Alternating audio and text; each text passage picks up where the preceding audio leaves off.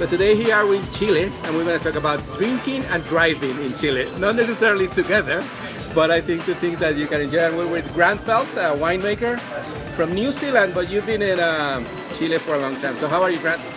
Pretty well, thanks, Javier. So thank you for being with us here in we're in Portillo, actually, the ski resort, which is 2.5 hours northeast of Santiago, right? East, yep. So beautiful ski resorts. We got lucky. We got like 9 inches of snow overnight, which is great. It's pretty good. Exactly. And Grant has his wine tasting, his yearly wine tasting. I don't know if you do more than once. Twice a year. Yep. Twice a year. So let's talk about drinking or driving first. I think drinking first, no? Because you make wine. Well, that's got to be my priority. It's a lot more fun than driving, So, at least in my case. Exactly. So you're from New Zealand, and you've been here for how long? 14 years. And what brought you to Chile?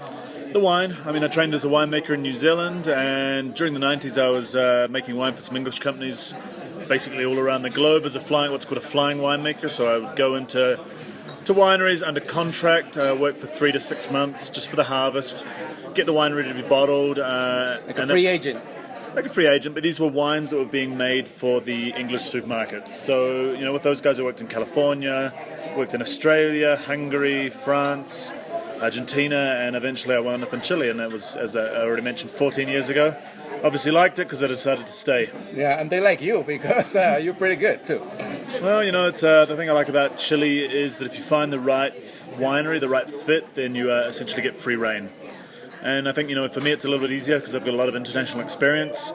When a winery hires me here to work as their chief winemaker, they tend to hire me because they want me to change the wines and they want a new direction, they want a new style, and that's what they're looking for. So it's kind of a carte blanche, if you like. Yeah, and obviously you've been very successful doing that, right? I mean, because you're now at Casas del Bosque. Been at Casas del Bosque Casablanca now Valley. I've been with these guys for 5 years now. Casablanca Valley, which is a cool climate region. Before that, I was 7 years as head winemaker at a winery called Viewmanent, which is in the Colchagua Valley. It's a little bit hotter. It's a little bit more akin, say, to Napa Valley in terms of climate.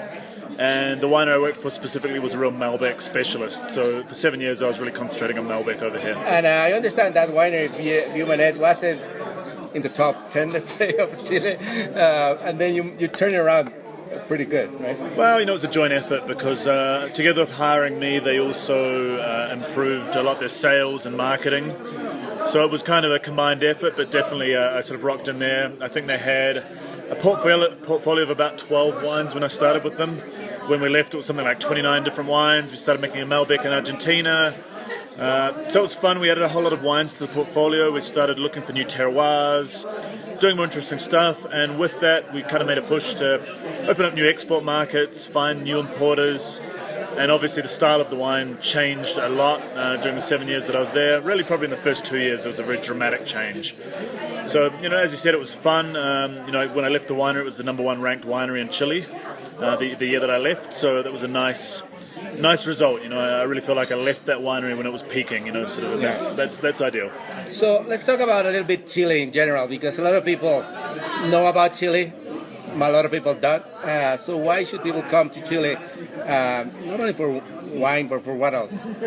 Well, we're here skiing. Obviously, the skiing's pretty good. Chile, more than anything else for me, it's about nature. I'm from New Zealand, which is it's a very pretty country. Everyone's seen Lord of the Rings. Everyone kind of knows what it looks like. Very beautiful country with a lot of different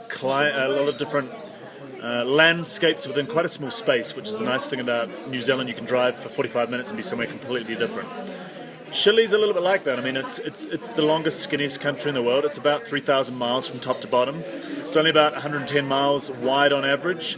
And I would say, in fact, that Chile has a greater range of landscapes than even New Zealand does, because in New Zealand we don't have the deserts that they have in the north here, and the south of Patagonia is much wilder, I think, than any part of New Zealand in terms of just wind and rain and that extreme sort of wet climate. So I think Chile is a great place if you love the outdoors. Cities, Santiago is a cool city, but probably if you're into cities, the best thing you can do here is go to a town called Valparaiso. That's where I live, actually. To visit you. Yeah, to visit me. Come and hang out. Have 2 guest beds. There you go. No, Valparaiso is a great city. It's a UNESCO World Heritage Site. It's a city that was rebuilt in a very short space of time in 1906 after they had an earthquake and a tsunami that wiped out all of the light sort of wooden structures, essentially everything residential that was on the flat part of Valparaiso.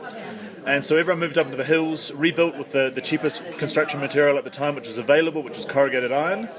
And they painted their houses with all the paint which back then they stole from the shipyards. So it's this crazy mixture of...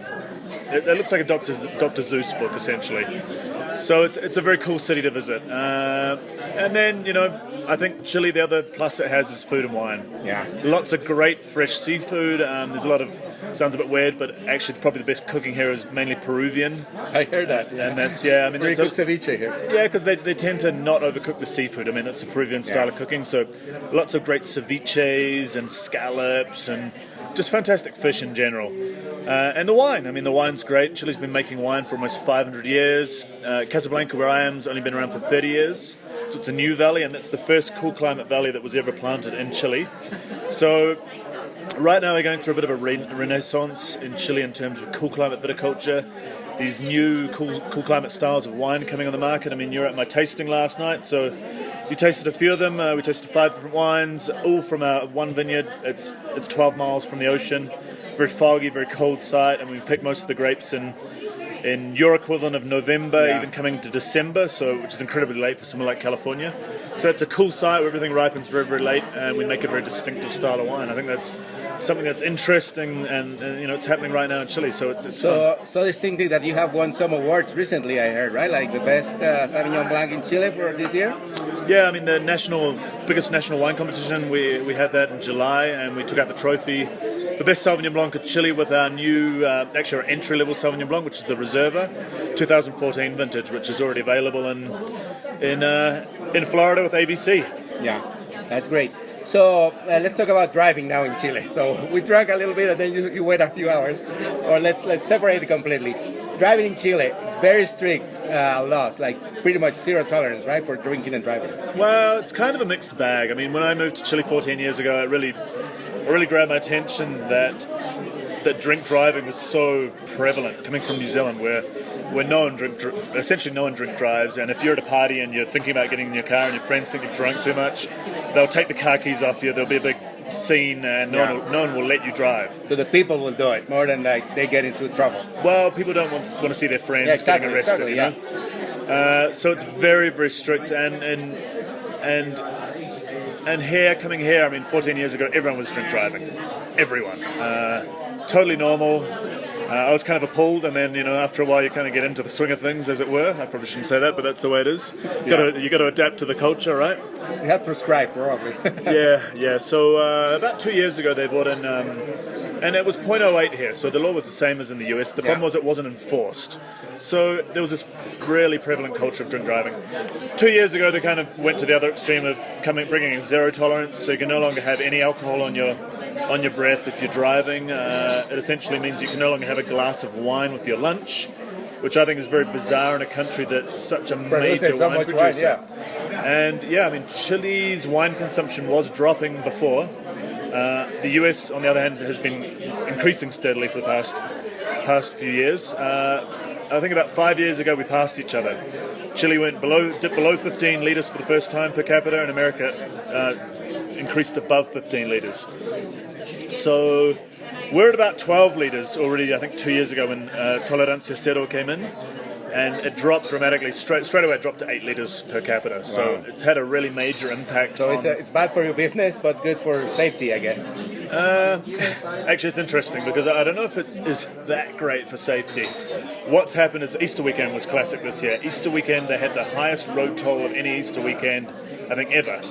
And that's...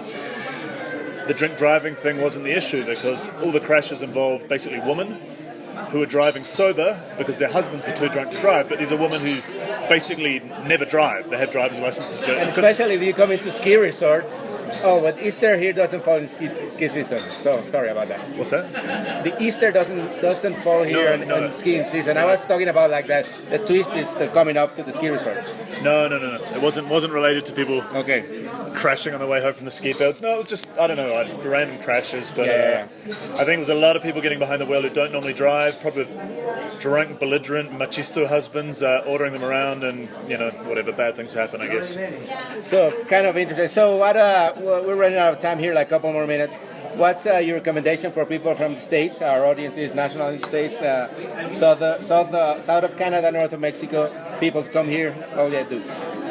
If they're going to come in summer, I would recommend they obviously going to fly into Santiago. I'd recommend they spend a couple of days in Valparaiso, which is it's an hour and a half's drive from Santiago. It's very close. It's right on the coast. They can do beaches, but I think beaches in Chile are very pretty, but they're not the most exciting thing we have to offer. I would recommend people fly up north to San Pedro de Atacama, which is a lovely little it's a lovely little, what's the word? Rustic town, I guess. It's a lot of adobe architecture, dirt streets, and some nice restaurants, but there's some great tours you can do out into the desert. The one thing that I've done a few times, which is brilliant, is a four-drive trip up into the Altiplano in Bolivia. You cross into Bolivia, and you take 4 days to do a loop around the Salar de Uyuni, which is the biggest salt lake in the world. Yeah. That's absolutely dramatic. The landscapes are incredible. The sky is amazingly blue. We already crossed the border from Chile, so let's concentrate on Chile. And we're out of time, so very quickly, a website for visit your winery. www.casasdelbosque.cl. Excellent. Well, Grant Phelps, thank you very much for your time. And we just had lunch. We didn't drink anything, and you're going to drive, so drive safe back to Valparaiso, okay? Cheers, mate. No worries. Thank you. Very good.